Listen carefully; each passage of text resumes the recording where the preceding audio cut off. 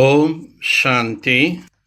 19/12/2024 வியாழக்கிழமை. வாணி தரும் வசந்தம். இனிமையான குழந்தைகளே, இந்த புருஷோத்தம சங்கம யுகம் மாற்றம் ஏற்படுத்துவதற்கான யுகம்.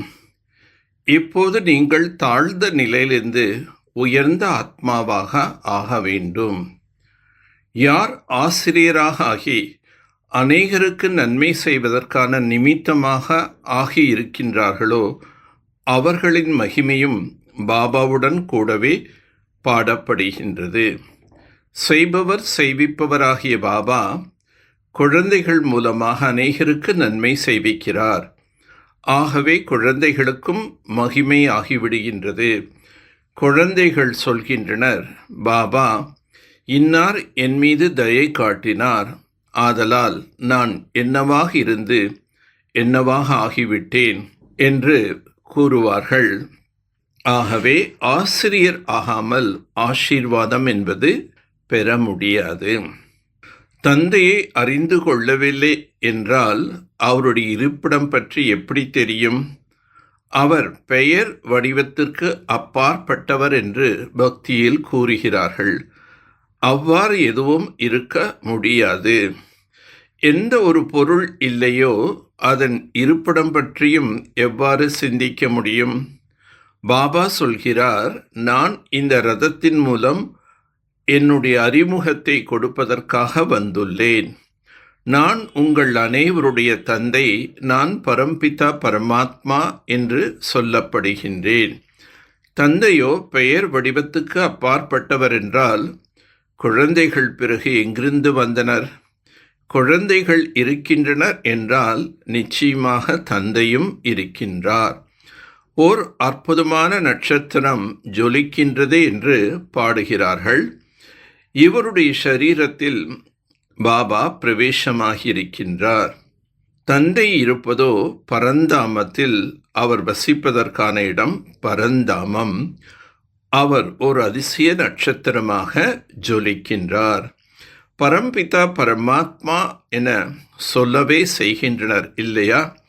பின்னர் பெயர் வடிவத்துக்கு அப்பாற்பட்டவர் என்று சொல்வது அஞ்ஞானம் எனப்படும். நாமும் முதலில் அஞ்ஞானியாக இருந்தோம். தந்தை பற்றியும் அறியாமல் இருந்தீர்கள், தன்னை பற்றியும் அறியாமல் இருந்தீர்கள். இப்பொழுது புரிந்து கொண்டீர்கள். பதீத ஆத்மாவை புதிய தூய்மையான ஆத்மாவாக ஆக்குவதற்காக தந்தை வருகின்றார். தேவி தேவதைகள் சைத்தன்யமாக இருந்தனர். அப்பொழுது அவர்களிடம் யாராவது நீங்கள் எங்கே வசிப்பவர்கள் என கேட்டால் நாங்கள் சொர்க்கத்தில் வசிப்பவர்கள் என்று கூறுவார்கள். ஆனால் இந்த ஜட மூர்த்திகளோ அதுபோல் சொல்ல முடியாது. நீங்கள் சொல்ல முடியும், நாங்கள் உண்மையில் சொர்க்கத்தில் வசிக்கும் தேவி தேவதைகளாக இருந்தோம். பின்னர் 84 பிறவி சக்கரத்தை சுற்றி இப்பொழுது சங்கம யுகத்திற்கு வந்துள்ளோம் என்று நீங்கள் பிறரிடம் கூறுங்கள். ஆத்மா 84 பிறவிகள் எடுக்கின்றன. நாம் ஆத்மா வாரிசுகள். வாரிசு எப்போதும் ஆண்களாக இருப்பார்கள், பெண்களாக இருப்பதில்லை. இப்போது குழந்தைகள், நீங்கள் இதை பக்காவாக புரிந்து கொள்ள வேண்டும். நாம் ஆத்மாக்கள் அனைவரும் ஆண்கள். அனைவருக்கும் எல்லையற்ற தந்தையிடமிருந்து ஆஸ்தி கிடைக்கின்றது. எல்லைக்குட்பட்ட லௌகீக தாய் தந்தையிடம் ஆண் குழந்தைகளுக்கு மட்டுமே ஆஸ்தி கிடைக்கின்றது. ஆண்களின் சரீரத்தையும் சில நேரம் பெண்களின் சரீரத்தையும் நீங்கள் எடுக்கின்றீர்கள். ஆனால் ஆத்மா ஆண்பாலாக குறிக்கப்படுகின்றது. ஆத்மாக்கள் நீங்கள் அனைவரும் ஆண்கள், என்னுடைய ஆன்மீக குழந்தைகள். நாம் அனைவரும் சகோதரர்கள் என சொல்லவோ செய்கிறார்கள், ஆனால் அதனுடைய பொருளை புரிந்து கொள்வதில்லை. சொர்க்கத்தின் ஆஸ்தி யாரிடமிருந்து கிடைக்கின்றது? பாபாவோ சொர்க்கவாசியாக ஆகுவது கிடையாது, குழந்தைகளை சொர்க்கவாசியாக ஆக்குகின்றார். அவரோ நரகத்தில்தான் வருகிறார். நீங்கள் பாபாவை அழைப்பதும் நரகத்தில்தான். நீங்கள் தமோ பிரதானமாக ஆகும்போதுதான் அவரை அழைக்கின்றீர்கள். மனிதனிலிருந்து தேவதையாக ஆகுவதற்குண்டான படிப்பை கற்பிக்க வருகிறார். ஆத்மா எப்போது தனது பாகத்தை நடிக்கின்றதோ அப்போது சைத்தன்யமானது என்று சொல்லப்பட முடியும். சைத்தன்யமாகத்தான் உள்ளது. ஆனால் பாகத்தை நடிக்கவில்லை என்றால் அது ஒரு ஜடம் போல் ஆகிவிடுகின்றது. சைத்தன்யமாக இருந்து கொண்டே ஜடமாக ஆகிவிட்டால் என்ன நன்மை? தனது பாகத்தை அனைவரும் நடித்தே ஆக வேண்டும். முக்கியமானது ஹீரோ ஹீரோயின் நடிப்பு என்று சொல்லப்படுகின்றது. யார் ஆசிரியராக ஆகுவதில்லையோ அவர்களின் பதவி குறைந்ததாக ஆகிவிடும். ஆசிரியர் ஆகாமல் யாருக்கும் ஆசீர்வாதம் எப்படி கிடைக்கும்? யாருக்காவது பைசா கொடுத்தால் அவர்களுக்கு குஷி ஏற்படும் இல்லையா? பாபா கூறுகின்றார், குழந்தைகளே, நீங்களும் மற்றவர்களுக்கு நன்மை செய்ய வேண்டும். அப்போதுதான் ஆசீர்வாதம் கிடைக்கும். யார் எவ்வாறு சேவை செய்கின்றனரோ அவ்வாறு உயர்ந்த பதவி பெறுகிறார்கள். ராஜாவாக ஆக வேண்டுமென்றால் பிரஜைகளை உருவாக்க வேண்டும். ஆத்மா தண்டனைகளை எங்கே பெறுகின்றது? இதுவும் டிராமாவில் பதிவாகி உள்ளது. கர்ப்ப ஜெயிலில் ஆத்மா தண்டனைகளை அனுபவிக்கின்றது. நோய்கள் முதலியவை ஏற்படுகின்றன. அதுவும் கர்மத்தின் கணக்கு இல்லையா? குழந்தைகளாகிய உங்களுக்கு அரைக்கல்பத்திற்கான சக்தி கிடைக்கின்றது. அனைவரும் ஒரே மாதிரியான சக்தியை அடைய முடியாது. பதவியும் ஒரே மாதிரி பெற முடியாது.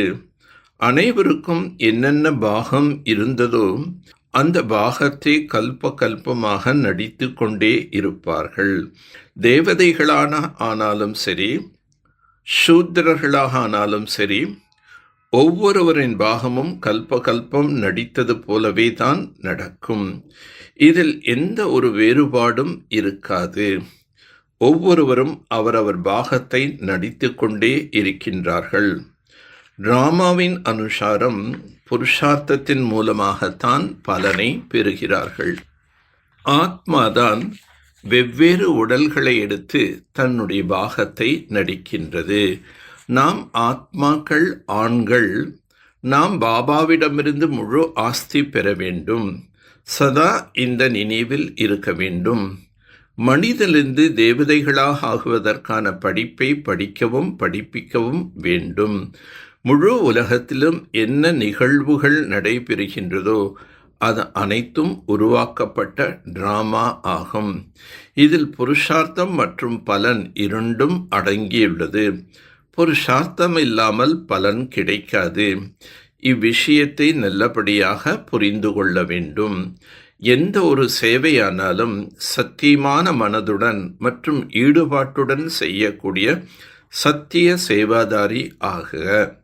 சேவை எதுவானாலும் அதை மனதார ஈடுபாட்டுடன் செய்யப்பட்டால் அதற்கு 100 மதிப்பெண்கள் கிடைத்துவிடும். சேவையில் எரிச்சல் இருக்கக்கூடாது. சேவை காரியத்தை முடிப்பதற்காக செய்யக்கூடாது. உங்களுடைய சேவையோ சீர்குலைந்ததை சரி செய்ய வைப்பது, அனைவருக்கும் சுகம் கொடுப்பது, ஆத்மாக்களை தகுதியாகவும் யோகியாகவும் ஆக்குவது, அபகாரிகளுக்கும் உபகாரம் செய்வது, சரியான நேரத்தில் அனைவருக்கும் துணை மற்றும் சகயோகத்தை கொடுப்பது போன்ற இப்படிப்பட்ட சேவை செய்பவர்கள்தான் சத்தியமான ஆன்மீக சேவாதாரிகள். தூய்மைதான் பிராமண வாழ்க்கையின் புதுமையாகும். இதுதான் ஞானத்தின் அடிப்படையாகும், அஸ்திவாரமாகும். நல்லது. ஓம் சாந்தி, ஓம் சாந்தி, ஓம் சாந்தி.